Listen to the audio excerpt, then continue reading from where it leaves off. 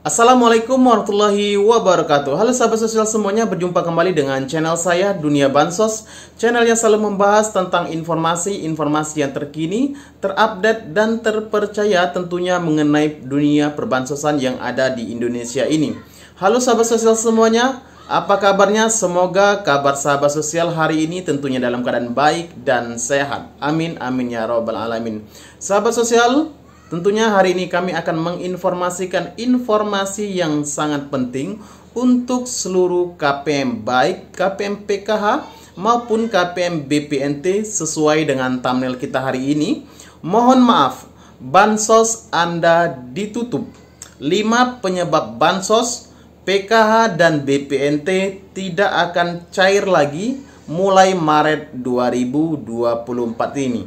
Nah, tentunya sahabat sosial semuanya, sebelum saya lanjut menginformasikan informasi yang sangat penting ini, sekali lagi kami mohon dukungan dan bantuannya kepada sahabat sosial sekalian untuk like, komen, dan share informasi ini sebanyak-banyaknya. Kemudian juga kami mohon untuk di-subscribe dan diaktifkan lonceng notifikasinya supaya sahabat dan teman semuanya tidak ketinggalan informasi yang terkini, terupdate, dan terpercaya tentunya dari channel Dunia Bansos. Oke sahabat sosial semuanya, langsung saja kita bahas apa saja penyebab, 5 penyebab utama bansos PKH dan BPNT tidak akan dicairkan lagi mulai Maret 2024 ini. Nah, tentunya sahabat sosial tentunya sangat penasaran sekali apa saja yang menyebabkannya. Nah, langsung saja, yang pertama, penyebab utama mengapa bansos teman-teman tidak dicairkan lagi, yang pertama yaitu mempunyai pekerjaan yang tidak boleh menerima bansos. Nah, pekerjaan ini tentunya teman-teman sesuai dengan aturan ya. Sesuai dengan aturan bahwa semua pekerjaan yang bersumber atau gajinya yang bersumber dari APBN maupun APBD, maka mereka tidak boleh menerima bansos walaupun gajinya di bawah UMR seperti TNI, ya, PNS, Polri, ya, kemudian juga pekerjaan-pekerjaan lainnya yang bekerja di pemerintahan daerah ya atau di pemerintahan pusat, walaupun gajinya di bawah UMR, maka mereka tidak berhak menerima bansos. Atau misalnya mereka bekerja selain dari pemerintahan, misalnya karyawan swasta, wira swasta ya, atau misalnya mereka nih akuntan ya dan lain sebagainya. Maka mereka yang mempunyai pekerjaan seperti ini, maka dipastikan mereka tidak layak menerima bansos. Sekalipun dalam satu kakak terdeteksi satu saja yang memiliki pekerjaan PNS atau TNI atau Polri, maka semua anggota keluarganya ditidaklayakkan sebagai penerima bansos, baik PKH, BPNT, PBIJK atau yang kalian mempunyai kartu KIS ya, dan bansos yang lainnya. Maka seluruh anggota keluarganya ditidaklayakkan oleh pemerintah pusat. Kemudian yang kedua, penyebab mengapa bansosnya tidak dicairkan lagi mulai Maret ini di tahun 2024. Yang kedua adalah ditidaklayakkan oleh pemerintah daerah. Ini penyebab yang paling banyak ya yang dihadapi oleh keluarga penerima manfaat. Mengapa pemerintah daerah tidak melayakkan para penerima bansos baik PKH maupun BPNT? Yang pertama, mengapa pemerintah daerah tidak melayakkan? Karena mereka dinyatakan mampu oleh pemerintahan daerah maupun pendamping sosial setempat. Yang kedua, mereka ini pindah alamat dan tidak ditemukan. Ini penyebab dua yang paling sering ditemukan ya. Kemudian yang ketiga mungkin karena penerima manfaat ini sudah meninggal dunia. Nah, oke teman-teman dan sahabat sosial ya, kita lanjut lagi, apa sih yang penyebab yang selanjutnya mengapa bansos itu tidak lagi dicairkan? Yang ketiga adalah penerima gaji UMP atau UMR. Nah, ini setiap KPM ya yang menerima gaji UMP atau UMR ya, baik pengurusnya ya atau penerima bansosnya atau nama yang menerima bansos maupun anggota keluarga yang berada dalam satu kakak, jika salah satu anggota keluarganya menerima gaji UMP maupun UMR, maka semua anggota keluarganya akan terdampak terhadap bansos yang mereka terima, baik PKH, BPNT maupun PBIJK, maka semua bansos ini akan ditutup oleh pemerintah. Nah, jadi setiap yang menerima gaji di atas UMR, walaupun itu anaknya, walaupun itu suaminya, tetap semuanya akan terdampak, ya.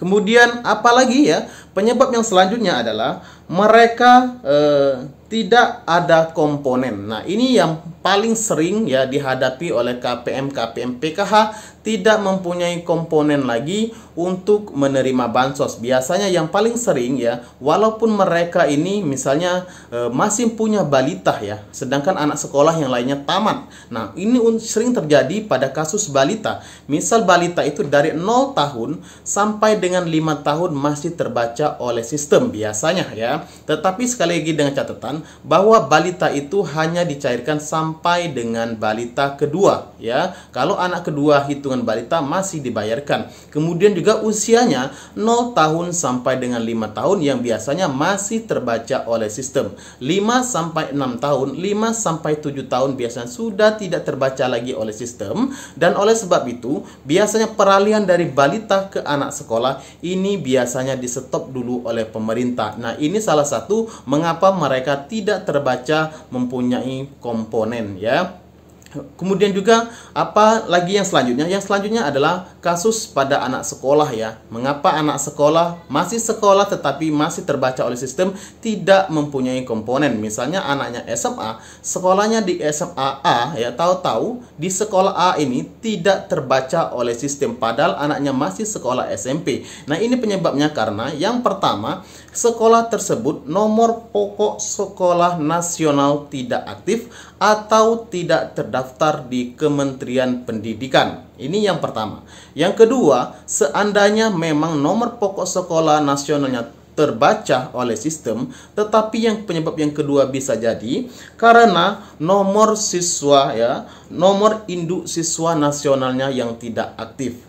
Mengapa penyebab ini tidak aktif? Yang pertama, mungkin bisa jadi anaknya sudah tidak sekolah lagi atau putus sekolah. Yang kedua, biasanya anak tersebut pindah sekolah dari sekolah A ke sekolah B. Nah, ini juga menjadi faktor mengapa teman-teman menjadi tidak layakkan ya, menjadi tidak aktifkan kepesertaannya sebagai penerima bantuan sosial ya teman-teman. Jadi karena faktor inilah ya, nomor pokok siswa nasional dan nomor induk siswa nasionalnya tidak aktif, maka teman-teman mendapatkan keterangan di 6NG tidak mempunyai komponen. Atau yang ketiga yang selanjutnya adalah karena mereka faktornya adalah memang seluruh komponennya habis ya, seperti anak sekolah ya, tidak mempunyai balita, tidak mempunyai ibu hamil, tidak mempunyai lansia maupun disabilitas, maka semuanya bantuan PKH-nya dikategorikan tidak mempunyai komponen.